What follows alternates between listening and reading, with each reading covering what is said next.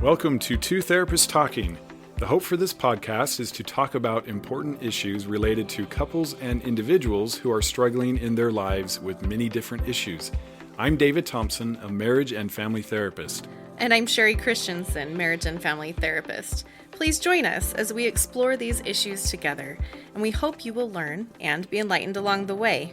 Come find us at twotherapisttalking.com. If you like what you're hearing, please get on and rate us and subscribe to the podcast. Hi, and welcome back to Two Therapists Talking. I'm Sherie. And I'm David. And we've been working on couple concepts and healthy relationships. Yes, how to work on healthy relationships. And so today we're going to talk about the marriage contract. Ooh, this is an important one. Yep. We're going to talk about what it is and how to do it, why it's important, and how you can create one yourself if you so choose to do that. Which is really helpful, especially after like a disclosure process, where it's like we're just creating a new baseline or foundation. And often it just helps. I mean, it helps every couple because it's very clear, usually much more clear than we normally talk.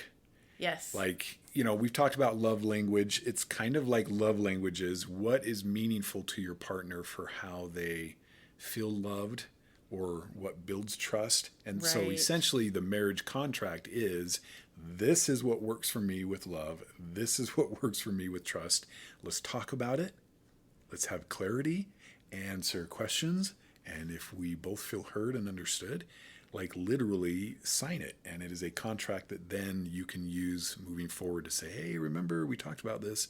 When this happens, I don't feel loved. So let's talk about a marriage contract. Yeah, I really like this. And I think you're right. It doesn't just apply after like a disclosure. Right. If you are working as a couple, for example, in therapy or whatever, and you've been struggling with a lot of difficult, challenging topics, this can be a great thing to throw in there in terms of like, hey, we're choosing to connect with each other about what's important to us and building love and building trust. And we're committing to do that. We're committing to showing up in loving ways, even though a lot of the things we're doing and talking about are really hard. Yeah. And I think it goes right back to our last episode where we were talking about the 3 things that healthy couples need. And that second one was communicate. And we talked about how, you got to communicate clearly, which we often don't do. We often say things and assume that the other person understands what that means. Because they love us, so they should know. Yes.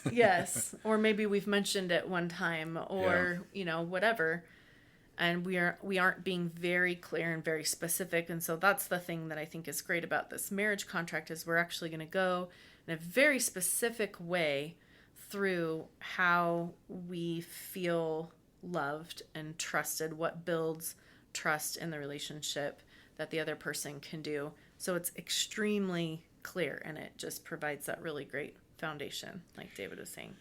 Yeah, and keep in mind the marriage contract, the point is to clearly communicate the needs in the relationship, not all the wants. That's a whole different thing. And so, putting this together, 2 things really stand out as what every single relationship needs.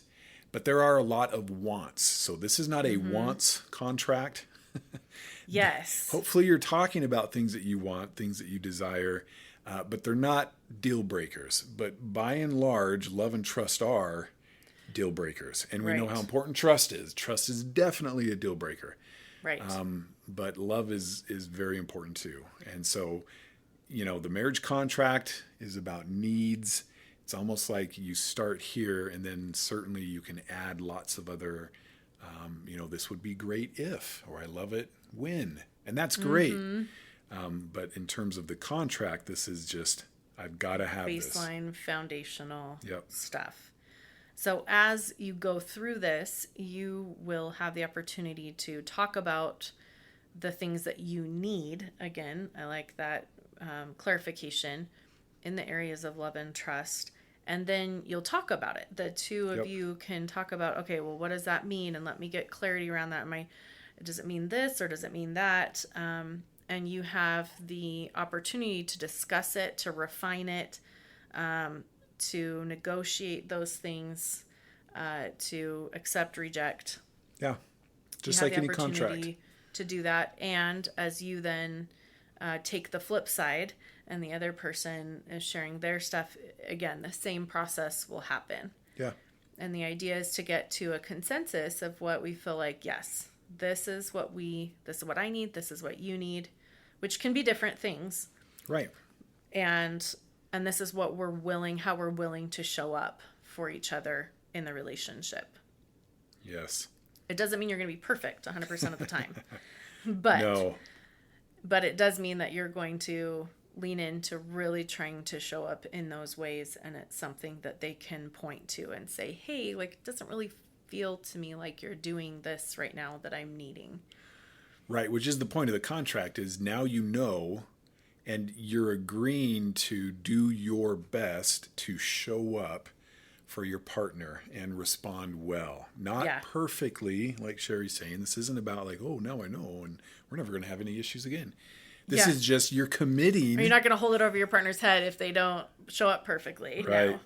No, this is an absolute commitment that I understand really well, and I will do my best to meet those needs. Mm-hmm. And I'll stumble and I'll fall and I'll have bad days and moods will come and go, but more often than not, I will show up in the way you need. And a lot of that is because I understand it so much better. Yeah. And so we're that's going the to goal. respond to the feedback that you receive around that contract if it's brought up later, rather than reacting to it. And you're going to have to talk about it. You're going to have to communicate a lot, right? Like, again, that's one of the things we keep coming back to, is you're just going to have to communicate a lot more and be very specific about things during this process. And then as you continue forward and you reference back to that space. Yeah. And just so you know, imagine you're looking at a piece of paper and it's an actual contract. On the contract, what I would say couples should initial to start, there's this little piece that talks about honesty. And you're not negotiating honesty. Okay. Love and trust comes with some like discussion, right? Just so I understand it better, what you need loving for love and trust. Yes. But honesty, that's kind of like if you're doing this, you're agreeing to be honest. So yes, in the contract, it basically says, honesty, you're free of deceit and untruthfulness. You're sincere. Integrity, I love the word integrity. It means the quality of being honest and having strong moral principles or moral uprightness. So living within your value system. Yeah. Again, not perfect, but this is a shared value system. So what I say in the contract is everybody's just got to initial, I am agreeing to be honest in this relationship. Yes. No ifs, ands, or buts. Yes. Well, unless it's like, how did that taste? And I wasn't a big fan, but you put hours into it. And I'm like, it was good. So, little wiggle room on that stuff. Where's the gray? We're introducing gray. Everything else. Absolutely. Do I look fat in this dress? Which, by the way, you've already agreed to if you're married, right? That is absolutely the understanding. Honesty, yes. But often things have happened where it's like, we kind of seem to have lost this somewhere along the way. Hey, honesty is the absolute where we're going. So that doesn't take much explanation. But at the same time, I think, so honesty, free of deceit, free of untruthfulness, being sincere. I do run into clients that are like, okay, now that means that whatever is going on in my brain is going to come out my mouth now because I have to be 100% honest. That's not honest. Yeah. Just to share everything in your brain. That's There's a different word for that. Yeah. Which, by the way, a really good example of what Sherry's talking about, trust discussions. Mm-hmm. Step 7, if you remember, is a manage report. Really, it's a lust report, but you're saying I managed or I didn't. Right. And the criteria, if you remember, are, if you look for more than 2 seconds or do a double take for sexual purposes. Right. Well, we're not asking you to share every thought every in detail. Your head. Yes. These that are all the things that helpful. I was thinking when I did that double take. And I'm sure I'm sure she's had couples that have come in like I have where the spouse demands that. And so they'll bring in these disclosures that I did not help them put together. And they're like 30, 40 pages of every thought they can think of that was immoral or lustful. Right. And it's like, oh man, this is not helpful. Uh-huh. So good point. Yes. I think sometimes we get spouses that demand those things. And sometimes we get an addict that is so concerned about making sure that they are fixing this problem in their life and they're working really hard on it that they go overboard. Over-report, yep. Right, and are oversharing. But again, this is not just related to addiction situations, right? We can overshare in order to try to be perfectly honest in a lot of different situations. And I think everyone's pretty clear that, if you're in a situation where you're feeling frustrated or heightened emotionally, a lot of times the things that are going through your head are not actually truth or not actually what you feel. They're just an upset feeling in the moment. They're a glimpse of a moment, yeah. Yes. And once you've regulated, you can process that better and show up in a more loving way. So when we say being 100% honest, it does not mean you have a constant stream from your brain to your mouth. Not everything has to come out your mouth, but the stuff that does needs to be accurate. Yes. So you've got to get better at kind of filtering that. Now, if you're thinking that means justifying or rationalizing not sharing everything, I don't know if I've talked to anybody that can't tell the difference really well. Like if you have a sense of, ooh, I don't want to say that or tell her that or share that, probably that's something you need to think about. And it's not just, hold it in or keep it to yourself. That may be important information. Right. But hopefully what Sherry's saying, is making sense. And yes, again, we don't want to be on either extreme of this. Right. And I think you're right. I'm glad that you pointed that out because I think that's what happens a lot. We get people that want to use it one way or try to do it one way or the other way. And we're saying, oh, wait, find the middle balance. So if you're upset that we're saying, no, you don't need to share every thought, then realize we're not saying your partner can justify not sharing things. Right. And the other way as well. So finding that healthy middle balance. Yep. So then again, we're going to talk about as soon as we've decided, hey, we're on the same page, we're going to be honest, we're going to have integrity in our relationships. Then we're going to talk about what love means to you. Yep. Right? That's the first concept. So imagine like you're answering certain prompts that you're then going to share and talk about with your partner.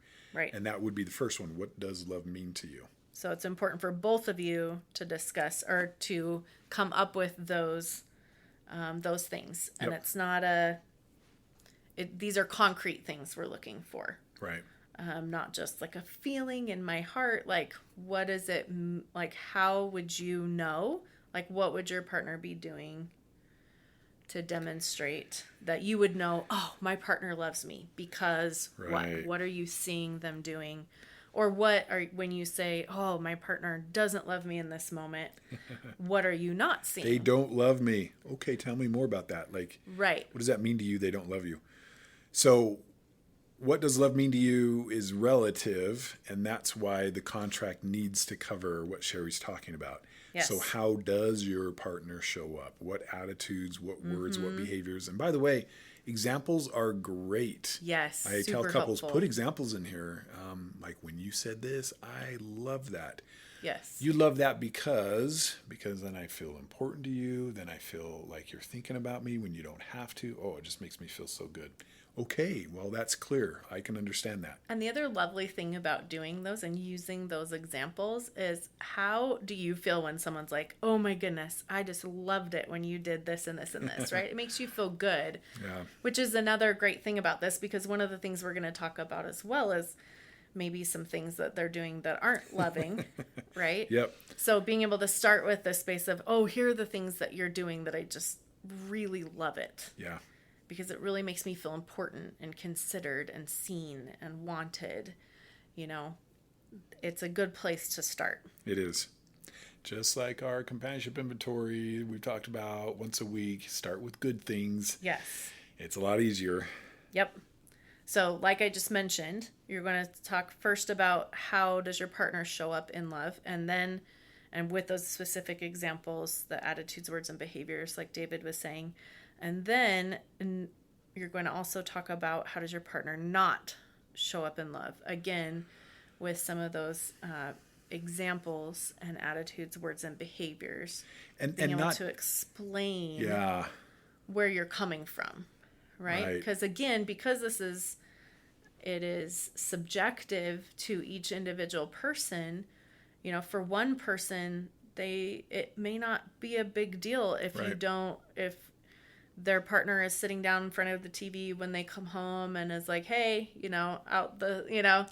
giving a cursory, like, hey, how's it going? And not really getting up. But for someone else, that just might feel so devastating that you didn't jump up and greet me. Yeah. Right? So that's why we want to be specific about these things. And again, doing that in a loving way and not in an angry way. Yeah. Showing up loving that way. That won't work if you're angry. And, a good example of this, I think about things like, when I tell you that I have a girls' night out or I have a meeting or I have a thing and my response is, ugh. Yeah. And that's it.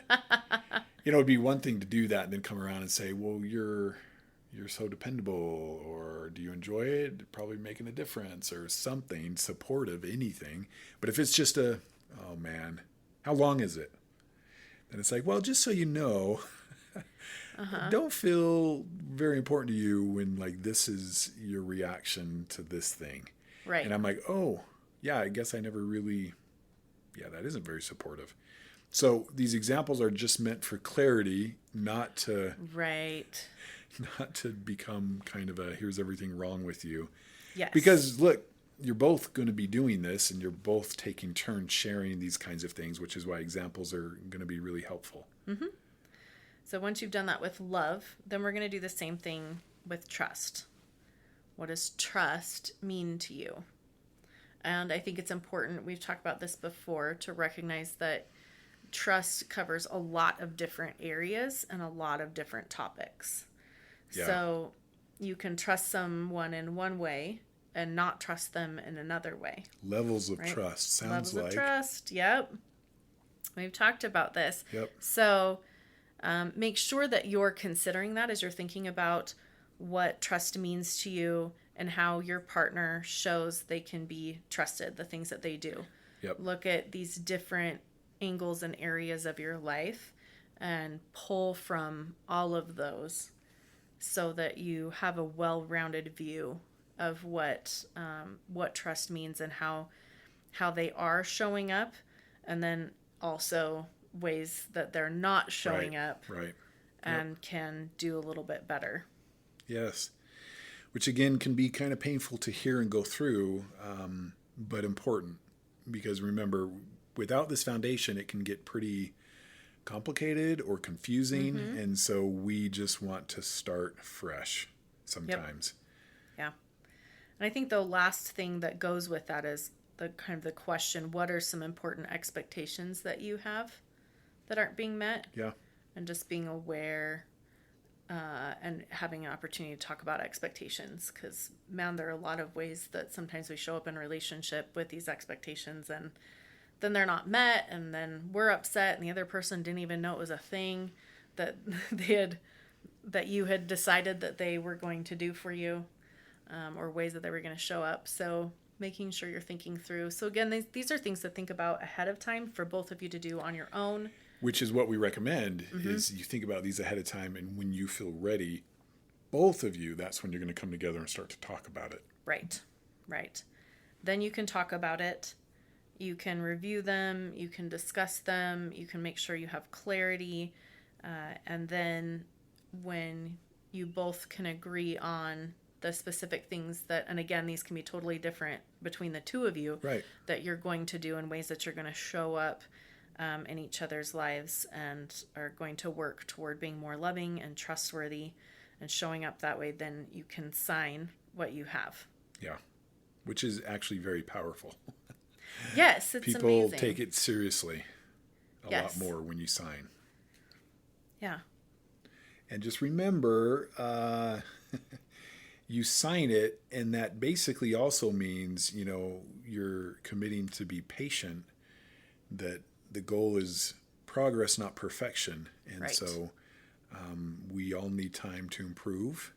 And last episode, this is going to make communicate clearly a lot easier as well. Yes. Because, we have a pretty good template now. Yeah. So hopefully that was helpful.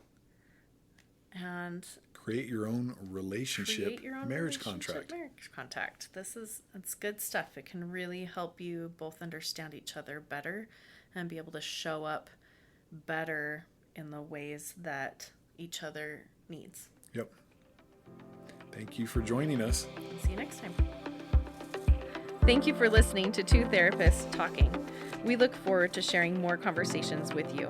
Connect with us at twotherapisttalking.com or email podcast@twotherapisttalking.com. If you like what you're hearing, please get on and rate us and subscribe to the podcast.